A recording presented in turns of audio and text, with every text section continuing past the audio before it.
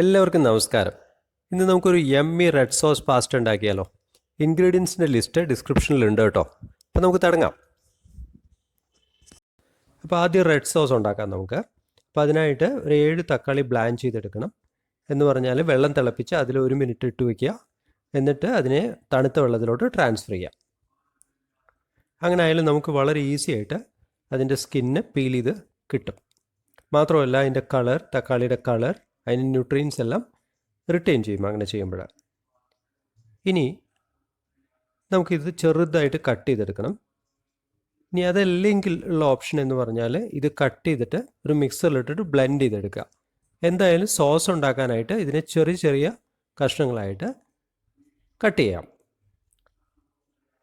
Sauce ഉണ്ടായി വരുമ്പോൾ ഈ ടൊമാറ്റോൻ്റെ പീസസ് നല്ലപോലെ ജെല്ലാവണം കേട്ടോ. അതിന് വേണ്ടിയിട്ടാണ് നമ്മൾ ഒന്നുകിൽ ഇത് ബ്ലെൻഡ് ചെയ്യുക, അല്ലെങ്കിൽ ഫൈനായിട്ട് കട്ട് ചെയ്തിട്ട് നമുക്ക് പാനിലോട്ട് ട്രാൻസ്ഫർ ചെയ്യാം.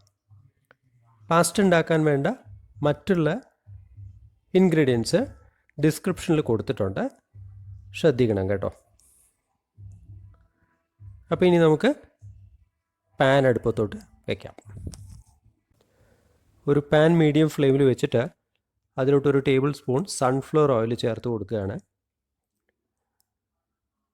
അതിലോട്ട് 3 അല്ലി വെളുത്തുള്ളി അരിഞ്ഞതും ചേർത്തിട്ടുണ്ട്. ഇളക്കി കൊടുക്കുക.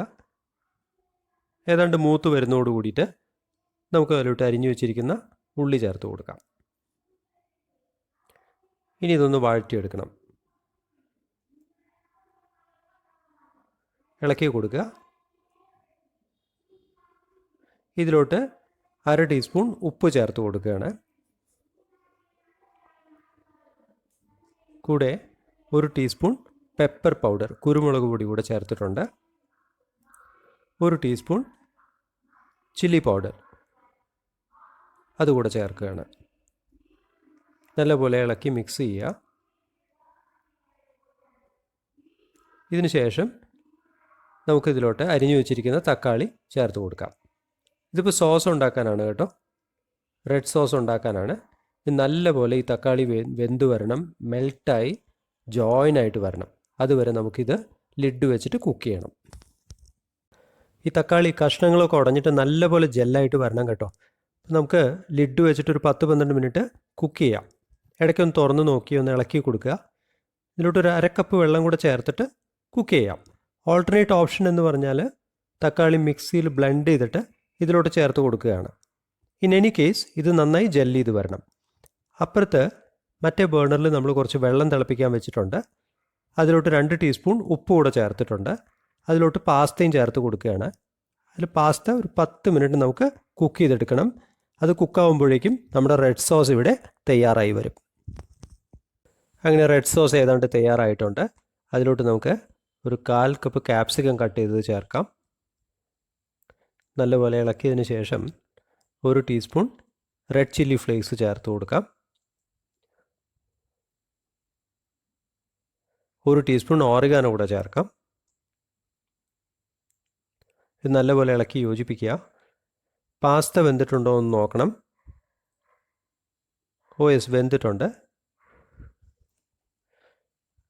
അപ്പോൾ ഇനി പാസ്ത ഡയറക്റ്റ്ലി നമുക്ക് പാനിലോട്ട് ട്രാൻസ്ഫർ ചെയ്യാം. പെന്നെ പാസ്റ്റയാണ് കേട്ടോ നമ്മൾ യൂസ് ചെയ്തിട്ടുള്ളത്. അപ്പോൾ ഇതെല്ലാം ട്രാൻസ്ഫർ ചെയ്തതിന് ശേഷം നമുക്കൊരു 2 ടേബിൾ സ്പൂൺ സ്റ്റോക്ക് കൂടെ ഇതിലോട്ട് മിക്സ് ചെയ്യാം, ഒന്ന് ലൂസായി കിട്ടാൻ. ഇത് വേവിച്ച വെള്ളം തന്നെ ഇതിലോട്ട് 2 ടേബിൾ സ്പൂൺ ചേർത്ത് കൊടുക്കുകയാണ്. ഇനി നല്ലപോലെ ഇളക്കി യോജിപ്പിക്കുക. ഈ സോസ് എല്ലാം പാസ്റ്റയിൽ മിക്സ് ആവുന്ന പോലെ നല്ലപോലെ ഇൻറ്റഗ്രേറ്റ് ചെയ്ത് കിട്ടുന്നത് വരെ ഇളക്കി യോജിപ്പിക്കുക. ബേണർ ഓഫ് ചെയ്യാം. So our pasta is ready.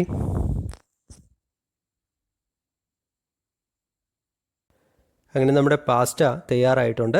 നമുക്കത് ഒരു സെർവിങ് ബോളിലോട്ട് ട്രാൻസ്ഫർ ചെയ്യാം. ആക്ച്വലി ഇത് വളരെ ഈസി ആയിട്ട് ഉണ്ടാക്കാൻ പറ്റുന്നൊരു ഡിഷാണ് കേട്ടോ. പെർട്ടിക്കുലർലി സോസ് റെഡിയായിട്ട് നമ്മുടെ കയ്യിലുണ്ടെങ്കിൽ, അതായത് പിസ്സ, പാസ്ത സോസ് കയ്യിലുണ്ടെങ്കിൽ വളരെ ഈസി ആയിട്ട് നമുക്ക് ഉണ്ടാക്കിയെടുക്കാം. പിസ്സ സോസ്, പാസ്ത സോസ് ഉണ്ടാക്കാനുള്ള, റെഡ് സോസ് ഉണ്ടാക്കാനുള്ള വീഡിയോൻ്റെ ലിങ്ക് ഐകാർഡായിട്ട് കൊടുത്തിട്ടുണ്ട്.